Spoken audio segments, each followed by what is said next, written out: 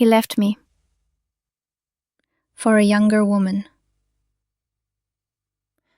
My name is Stephanie. We were married for 20 years.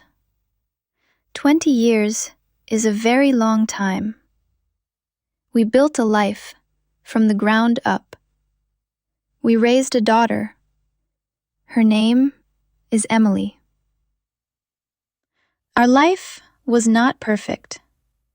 What life is. But it was ours. It was the only world I knew, the only air I breathed. I thought we were happy. My God, I believed it with every fiber of my soul. Maybe I was blind. Maybe I was a fool. One evening, he came home late. This was normal. He was always working. I had made his favorite dinner. The kitchen was warm. It smelled of herbs and home. I waited. I remember the clock ticking, a sound like a tiny hammer on my heart. He walked into the kitchen. The air changed. It grew cold. He did not kiss me. He always kissed me.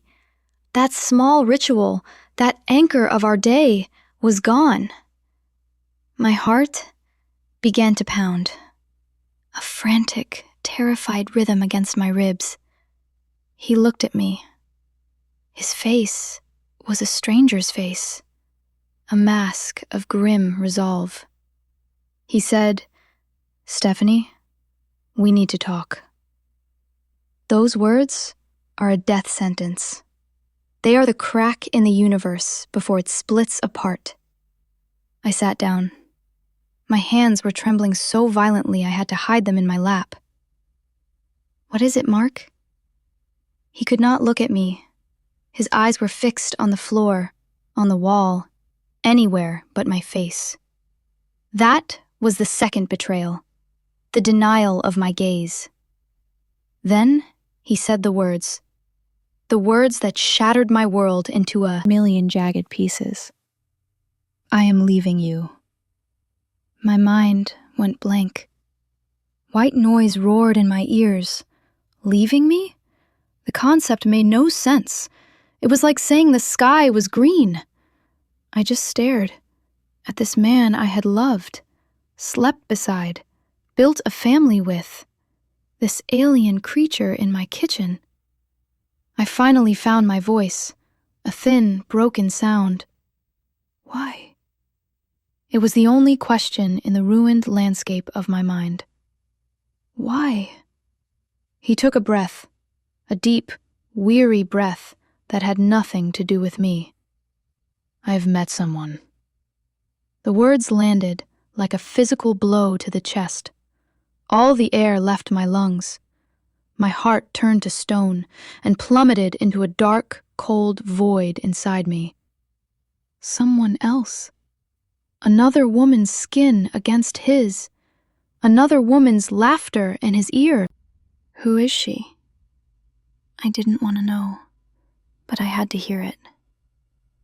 He finally looked at me, and in his eyes, there was no love, no regret, only pity.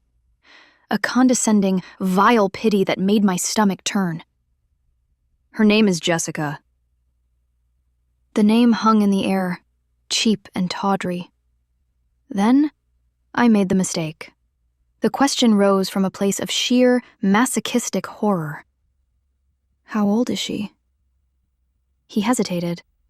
He actually had the decency to hesitate. "Mark, how old is she?" He looked away again. "She is 18. 18. The number echoed in the silence of our kitchen. It bounced off the pots I'd cooked our meals in, off the photos of our family on the fridge. 18. She was a child. Half my age. Younger than our daughter. Our Emily is 19.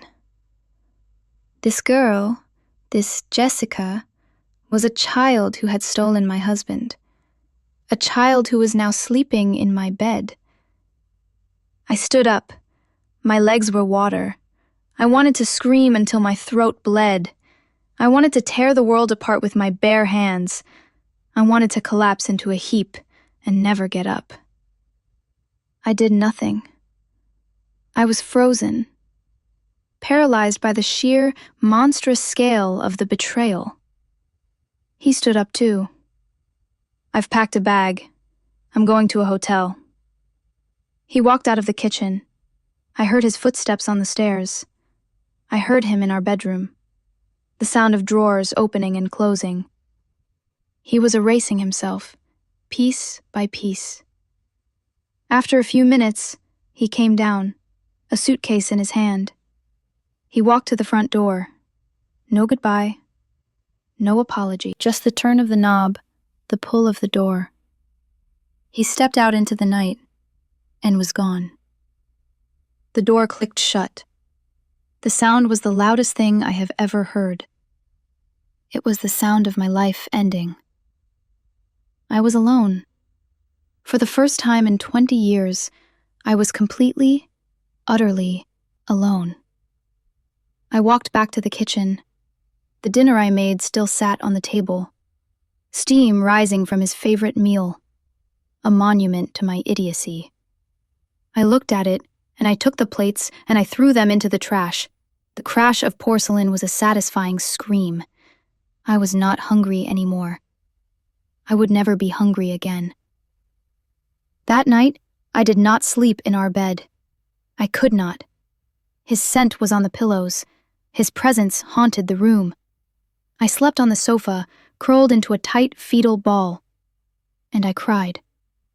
I cried for my dead marriage. I cried for my daughter's shattered family.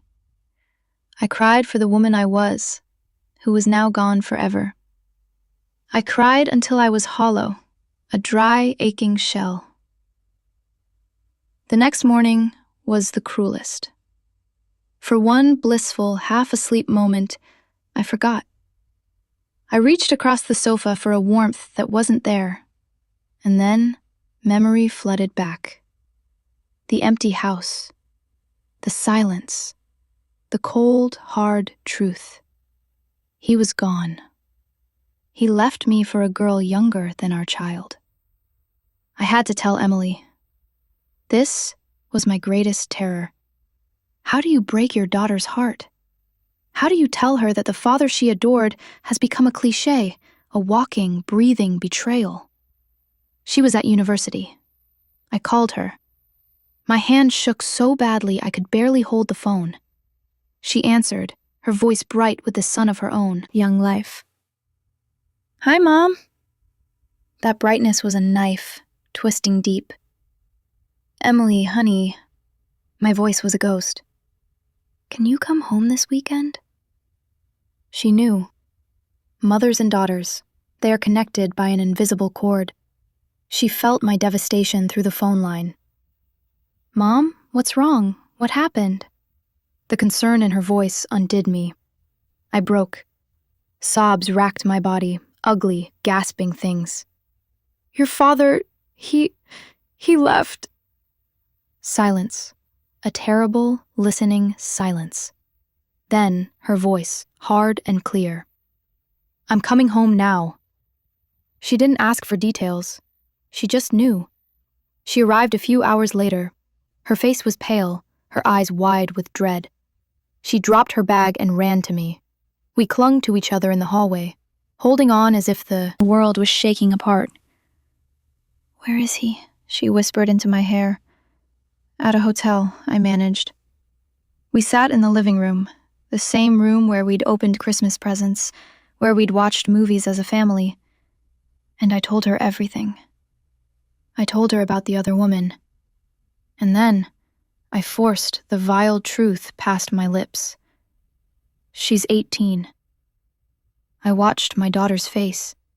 I saw the shock hit first, then the confusion, then a dawning horrific understanding, and finally, a pure, righteous anger. "He did what?" she yelled, shooting to her feet.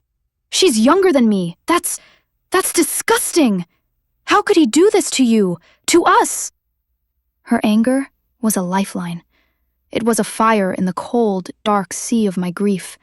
It warmed me. It made me feel less alone. We were a team now. A devastated, heartbroken team.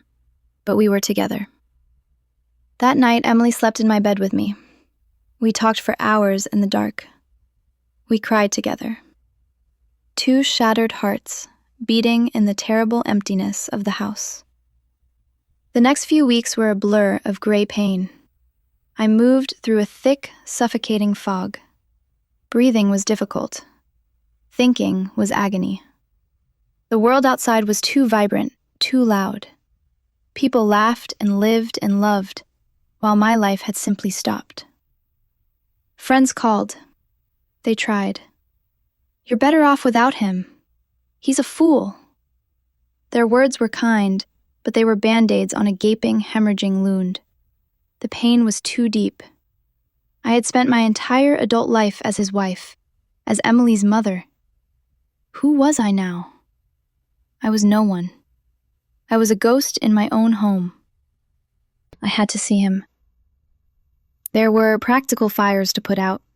Money, the house. He called and asked to meet at a coffee shop.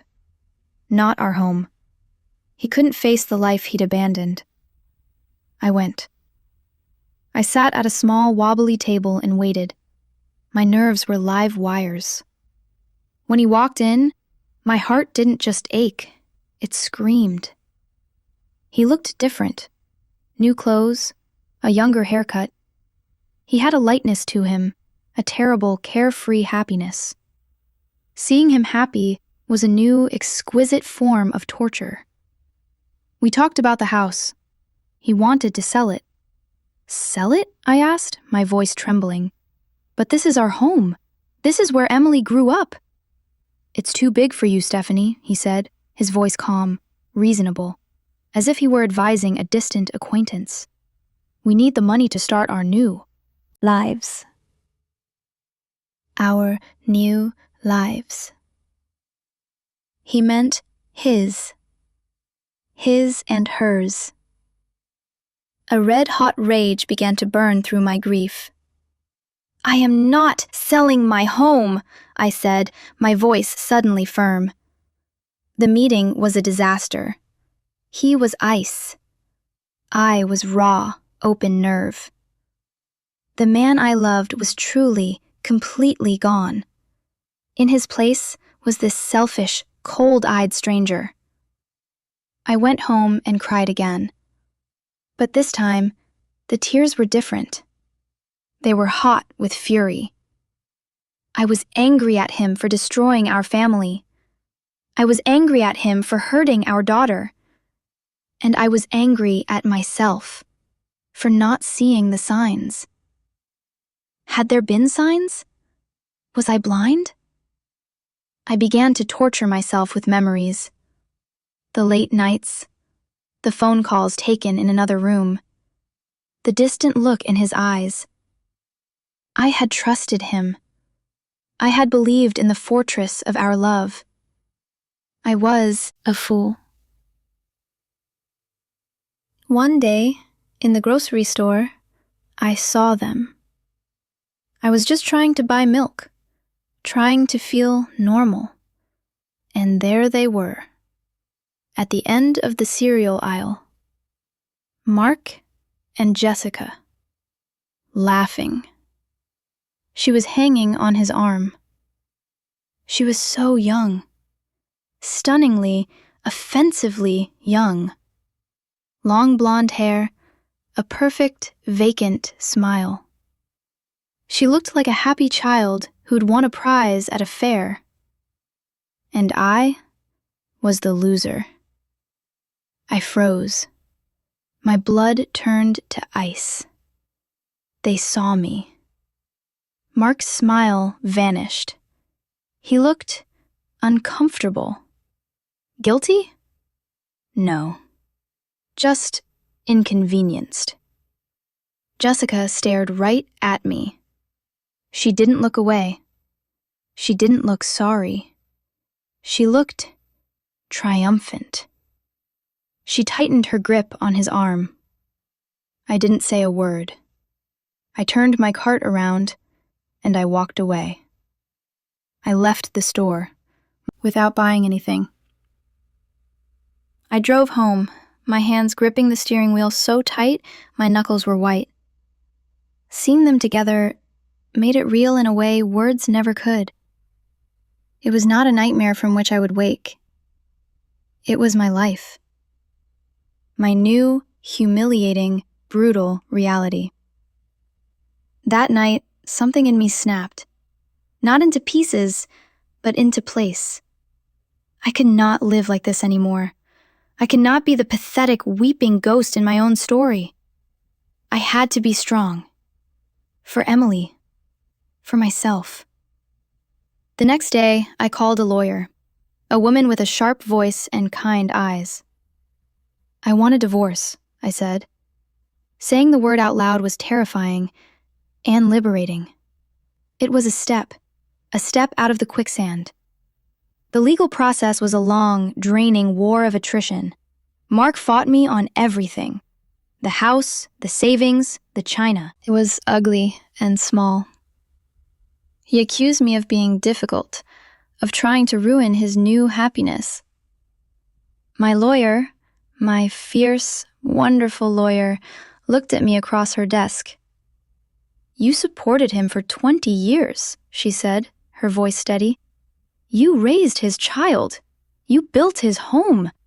You deserve your share. You deserve respect." For the first time, someone was fighting for me. And Emily? Emily was my rock, my anchor. She called me every single day. She came home every weekend. She would make me eat soup. She would drag me out for walks in the cold, fresh air. She would put on silly, stupid comedies and make me watch them until I laughed, a dry, rusty sound that startled us both. She was my angel. She did not let me drown. One weekend, she came home with a wild light in her eyes. "Mom," she declared, "we are redecorating your bedroom." I looked at the room, his side empty, but his shadow still clinging to every wall. "I don't know, honey," I sighed. "I don't have the energy." "Yes, you do," she insisted, taking my hands. "We're doing it together. It's time for a fresh start." So we did. We went to the store and bought paint, a bright, fearless yellow. We bought a new bedspread covered in sunflowers. We bought airy white curtains. We spent the weekend with music blasting, painting and laughing and sweating. For the first time in months, I felt a flicker of pure, uncomplicated joy. When we were done, the room was transformed. It was no longer their room. It was mine. It was bright. It was hopeful. It was a room where a new woman could sleep. That night, I slept in my new yellow room, in my new bed, and I slept deeply, peacefully. It was a tiny victory, but it was my victory. Slowly, I began to take more small steps. I joined a book club. I met women who knew me only as Stephanie, the woman who loved Victorian novels. It was refreshing, liberating. I started taking yoga classes. I felt old and stiff and ridiculous. But the teacher, a serene woman with gentle hands, would say, "It's not about the pose. It's about being present in your body. Honor where it is today." Her words sank deep into my bones. I had spent so long living in the wreckage of the past. I had forgotten how to simply be. Yoga taught me to breathe again. It taught me that my body, this faithful, battered vessel, could still be strong. An old friend from college, Sarah, found me online. She saw the change in my relationship status. She sent a message, simple and direct. "I've been there. Are you okay?" We started talking. She lived in a city by the sea. She had survived her own hurricane of a divorce. One day she said, "Come visit me. The ocean is good for the soul." I was terrified. I hadn't traveled alone in 2 decades. Mark had always been the planner, the navigator. Who was I, alone in an airport? But the fear was met by a new, stubborn voice inside me. Why not? What are you so afraid of? I bought a plane ticket. My hands shook as I pressed purchase. At the airport, I felt like a child playing dress-up in an adult's world. But I did it. I walked onto the plane, and I flew towards the horizon. Sarah met me. Her hug was warm and real and full of shared history. Her city was all salt wind and crying gulls and endless rolling gray water. We walked for miles on the damp sand. We drank terrible wine and talked for hours. She told me about rebuilding her life, starting a small business, finding a love that was quiet and kind and real. She was happy. Not a performative, shiny happiness, but a deep, settled contentment. She was living proof that the other side of hell was not just emptiness. It could be beautiful. On my last night, we sat on the beach as the sun melted into the sea. The sky blazed with impossible colors.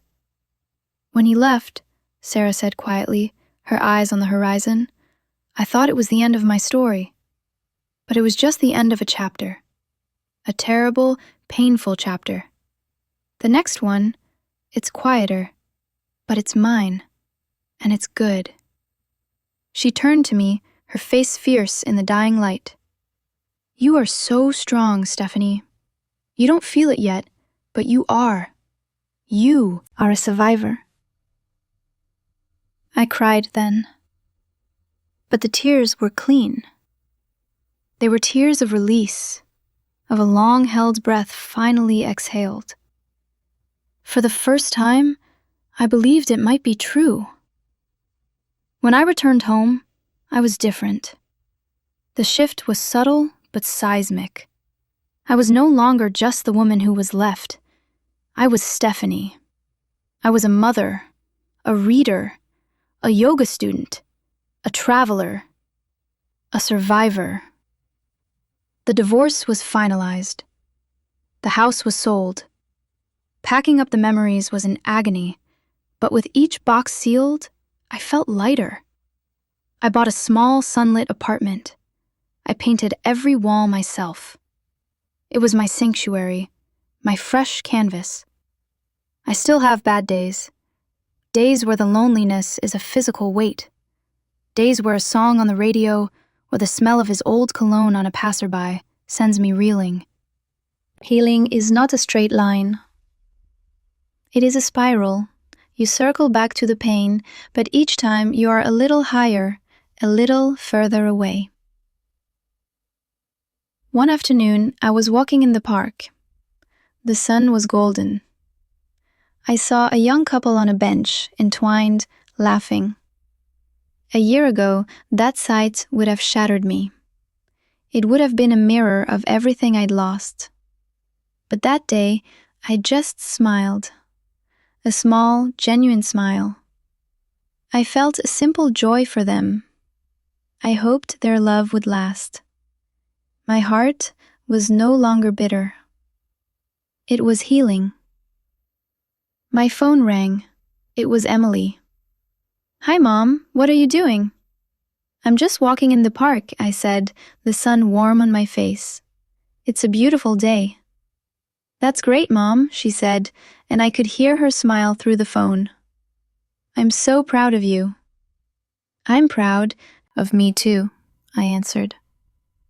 And I meant it. With every healed piece of my soul, I meant it. It has been years now. My life is quieter, simpler. It is mine. I have learned that my strength is a well that goes deeper than I ever dreamed. I have learned that joy can be found in a cup of tea at sunrise, in the spine of a new book, in the strength of a yoga pose held. I have learned that my value was never in his hands. It was always here, in my own. I sometimes hear about Mark and Jessica. They are still together. I hope he is happy. Truly. His leaving was the most excruciating pain I have ever known. But it also gave me a gift. The gift of myself.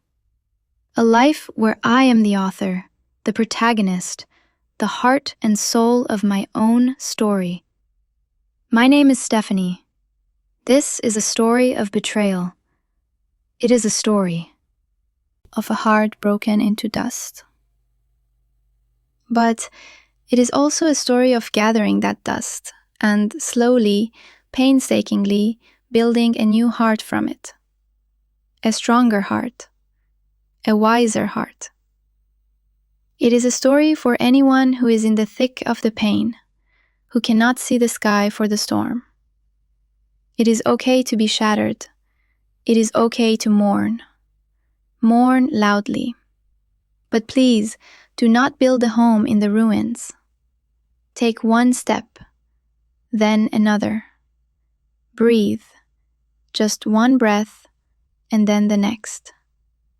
You are stronger than the pain that seeks to define you. Your life is not over.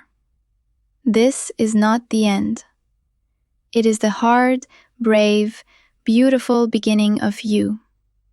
And the next chapter is waiting to be written. Keep going.